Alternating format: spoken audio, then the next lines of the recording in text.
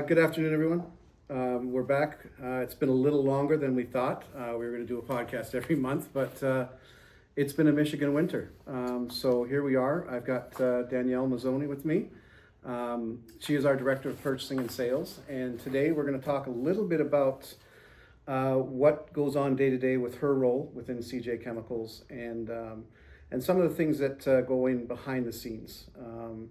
And some of the things that she's been doing over the past 6 years with CJ Chemicals and some of the improvements that have been made that keeps us going every day, and some of the other things and some of the leadership programs that she's been taking, and including some of the stuff that she works with our team. So Danielle, maybe you can talk a little bit about some of the growth that you've seen and some of the things that you've gone through over the past 6 years. Yeah, absolutely. I have been with CJ Chemicals for 6 years now. I actually started as an admin during COVID, which was a very exciting time.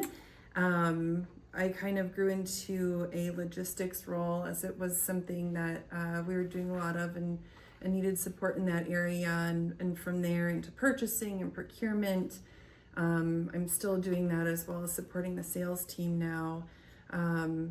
As you know, we're very active with the ACD, and I was fortunate enough last year to take part in their executive leaders program. Two of our other, Josh and Hannah, have also been in the program, so I was fortunate enough to take part in that. We've grown quite a bit in 6 years. We were in a much smaller office when I started. We have a very, very nice office now. We like to host our suppliers and customers once in a while when the weather allows us to travel in. But it's been a lot of growth and a lot of excitement and changes in the last few years, to say the least.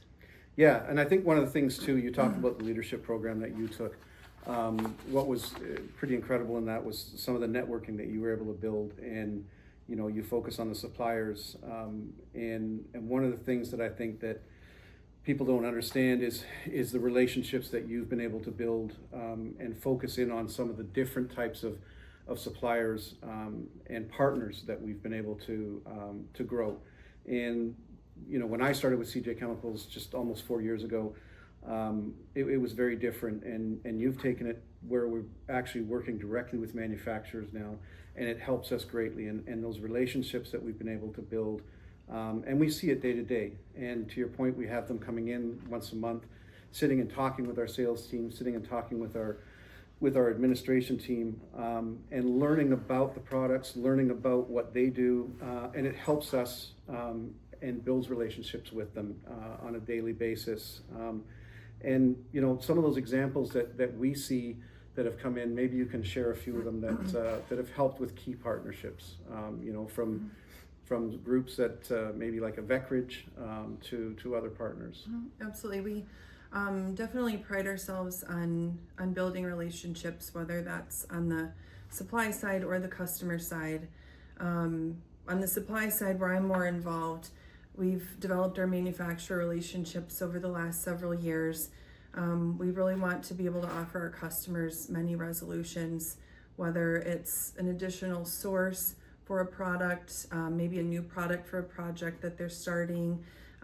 Maybe they need assistance with warehousing or inventory management, issues with logistics, importing, making sense of all of the tariffs. That's where we come in, and we've been able to leverage some really great relationships and friends in the industry that have helped us to become stronger, and in turn help our customers to improve their businesses. Yeah, and I think one of the things that people often don't realize about CJ is that you touched on the warehousing and our rail yard. They don't realize that we have those capabilities, and I think most people also just realize or maybe think that we are a group that sells styrene. We're known for styrene, especially throughout the Midwest, with the amount of volume that we sell of styrene. But they don't realize some of the other core products that we sell, and that's something that we've taken a great deal of pride in expanding throughout North America. But there's so many other products that we offer, and that's something that you have helped build our team with and expanded throughout the team and throughout North America, that we were able to go out and really focus on other core products. And if you look at our expansion year over year, yes, styrene is always there, but there's core products that we continue to add. And one of the other things that's really exciting is that you're able to identify where core products maybe, in 2024, it's slightly changing to 2025, 2026, depending on where the industry is, where things need to focus, and you're able to help our sales team with that. Yeah, I like to think that one of our strongest products is actually problem solving, and we can take these solutions that we've developed for different products, styrene, for example. Kathy talked about the KCl in the last podcast.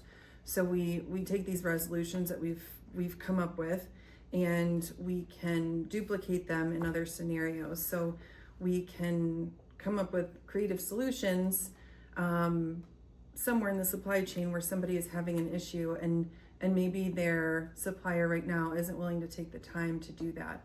And then forward thinking, we can see, certain products may be getting tight.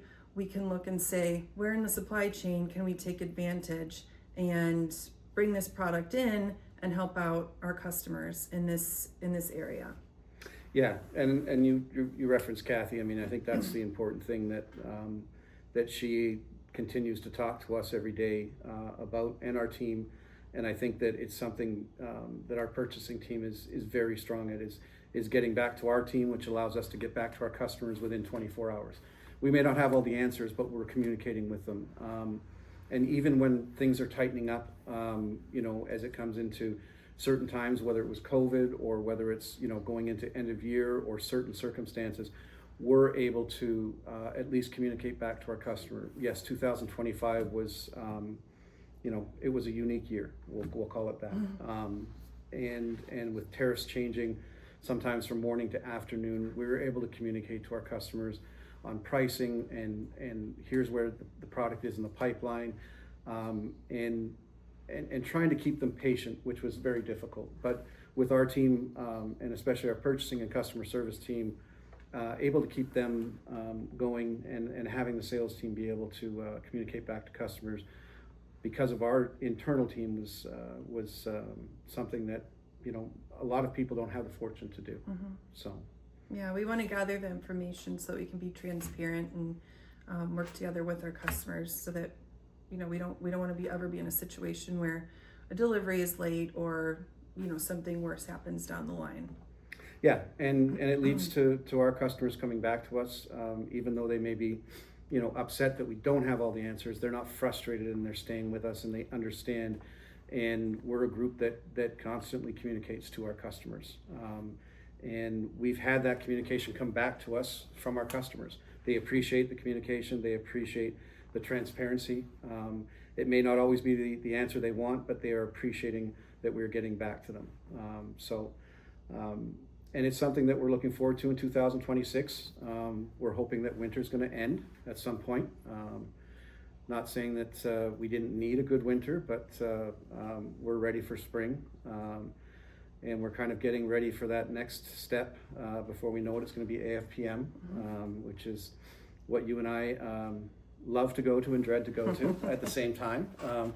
We'll look forward to some warm weather out there. And that's kind of going to be our focus for our next podcast, as we kind of are setting up already. It's hard to believe, meetings with suppliers and manufacturers and different partners and customers out there. So it's exciting. Any final thoughts from today? No, just looking forward to what the rest of the year has for us and all of the changes, and trying our best to stay ahead of everything and working through 2026. Yeah, it looks like it's going to be an exciting year. Who knows what it has in store for us? We'll see what happens as we go through Q1 and into Q2, and then we'll go from there. And we look forward to podcast number 3. Hopefully it doesn't take that long, and the weather is going to be more cooperative, and we look forward to talking to you next time. Thank you.